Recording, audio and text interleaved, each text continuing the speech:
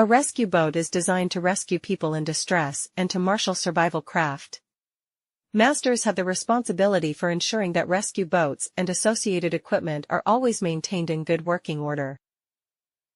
Rescue boats should have sufficient mobility and maneuverability in a seaway to enable persons to be retrieved from the water, marshal life rafts, and tow the largest life raft carried on the ship. A rescue boat can be fitted with an inboard engine or an outboard motor. Petrol-driven outboard engines with an approved fuel system may be fitted in rescue boats provided the fuel tanks are specially protected against fire and explosion. Rescue boats should have a maneuvering speed of at least 6 knots, and be capable of maintaining that speed for a period of at least 4 hours. The towing speed should be at least 2 knots. The motor should be fitted with the usual controls for hand starting, stopping, regulating speed and going astern. It should be spray-proof, and as far as practicable, waterproof. The motor exhaust should be below the waterline. Primary hand starting should be either manual automatic rewind system, or a pull cord round the top flywheel of the motor. The ship's safety management system should ensure that effective maintenance procedures for rescue boats' outboard motors are developed and included in the ship's planned maintenance system. The manufacturer's instruction manuals must also be available on board, as should a full inventory of the manufacturer's recommended spares, such as fuel and oil filters, spark plugs and water pump impeller. Every week, all engines and lifeboats and rescue boats shall be run for a total period of not less than 3 minutes. During this period of time, it should be demonstrated that the gearbox and gearbox train are engaging satisfactorily. If the special characteristics of an outboard motor fitted to a rescue boat would not allow it to be run other than with its propeller submerged for a period of 3 minutes, it should be run for such period as prescribed in the manufacturer's handbook. A suitable water supply may be provided. An outboard motor is divided into 3 main sections: the powerhead at the top, the midsection, and the lower unit. Each section contains critical components for the motor's operation. For example, the engine block, crankshaft, and pistons are in the powerhead. The midsection serves as a connector between the engine and the lower unit, and houses the drive shaft, and provides a channel for cooling water to get to the powerhead. It also includes mechanisms for steering the boat and the tilt mechanism for lifting the engine out of the water. The lower unit of the outboard is submerged under water, and contains the shift mechanisms, drive shaft, prop shaft, gear set, and other components crucial for propelling and steering the boat. It translates the engine's power to move the boat forward or in reverse. Rescue boats have either 2-stroke or 4-stroke gasoline outboard motors. Using improper fuel can damage the engine, or result in starting difficulties.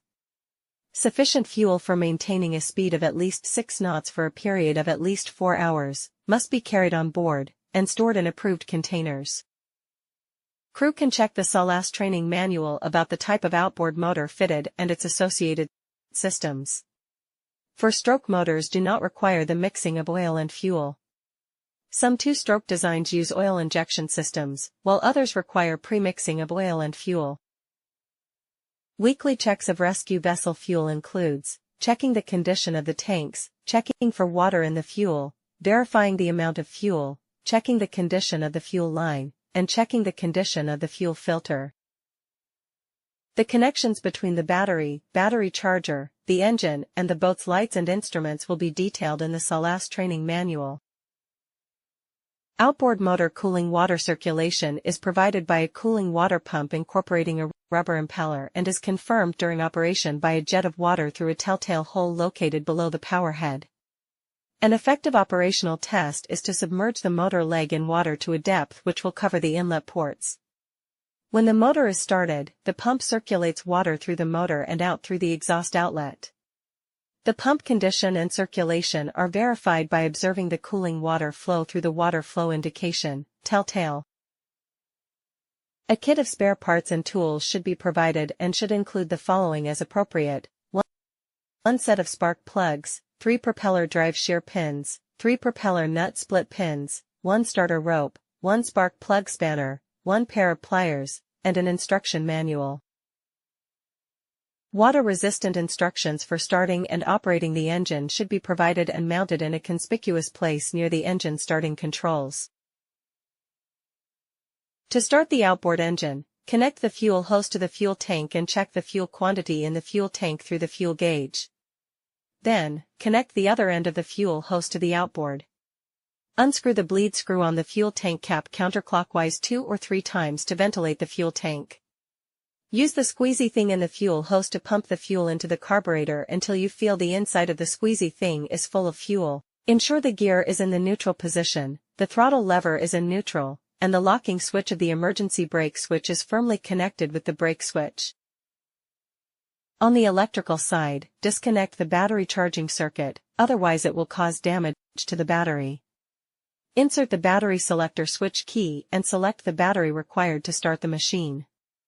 Generally, only one battery is required to start, but the rescue boat is equipped with 2 sets of batteries. If the kill switch is not connected to the emergency stop switch, the engine will not start. The function of this cable is that, if the operator falls into the water or leaves the rudder position, the cable will pull out the locking plate and stop the engine ignition to prevent the boat from continuing to operate unattended. Do not fasten the kill switch to clothing that may fall off.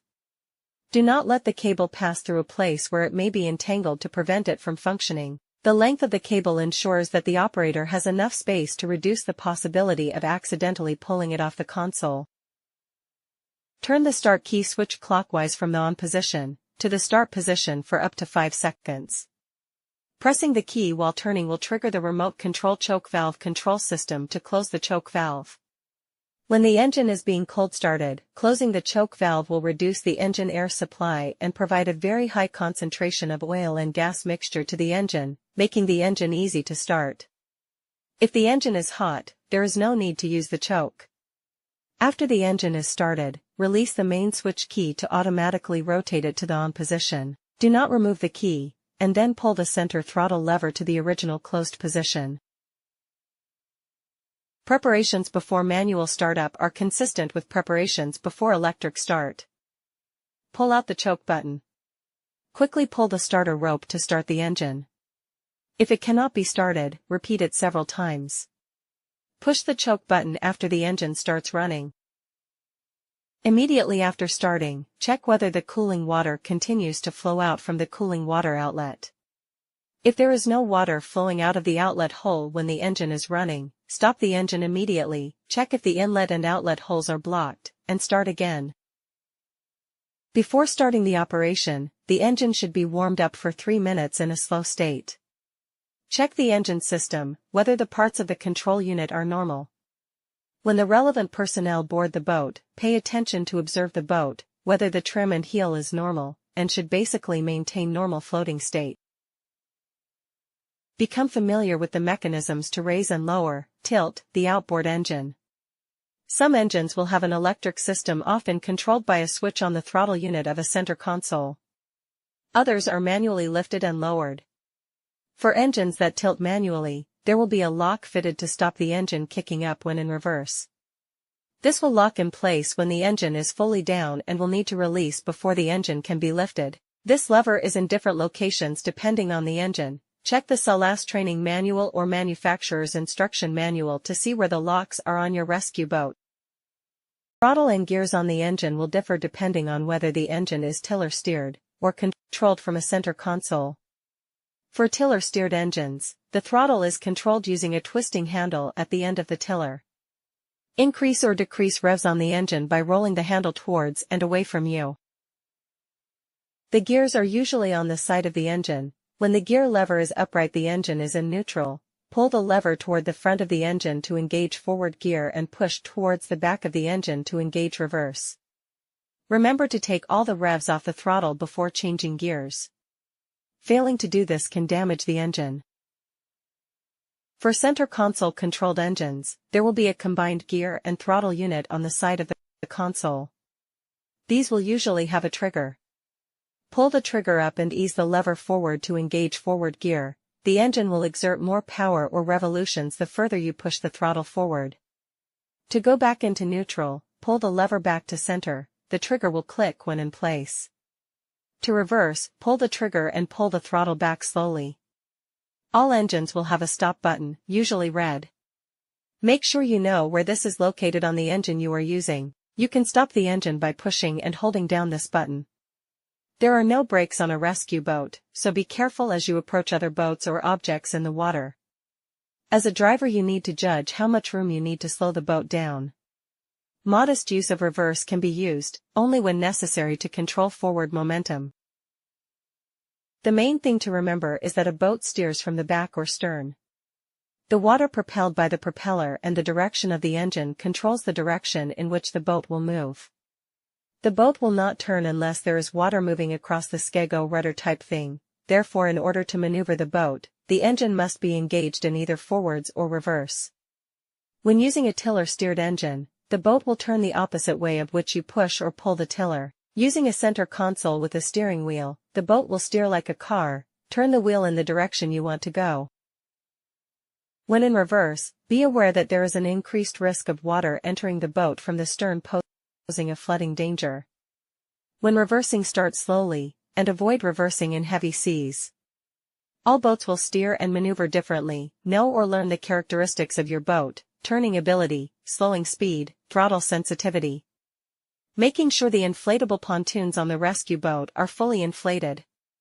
Soft pontoons will waddle at speed and can be dangerous, causing you to lose control of the boat.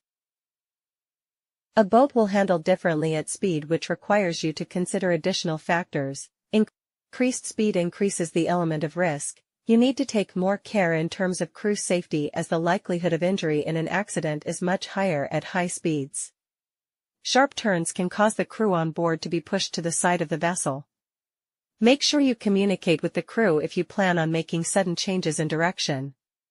At higher speeds, the boat will turn more sharply. Ensure that you adjust your speed going into turns to maintain control of the boat. Because the boat is moving faster, things happen more quickly. At high speeds, it is critical to maintain a lookout for other vessels and objects in the water. Operating at high speeds in waves can cause the boat to become airborne and unstable. You must alter the throttle speed to maintain control.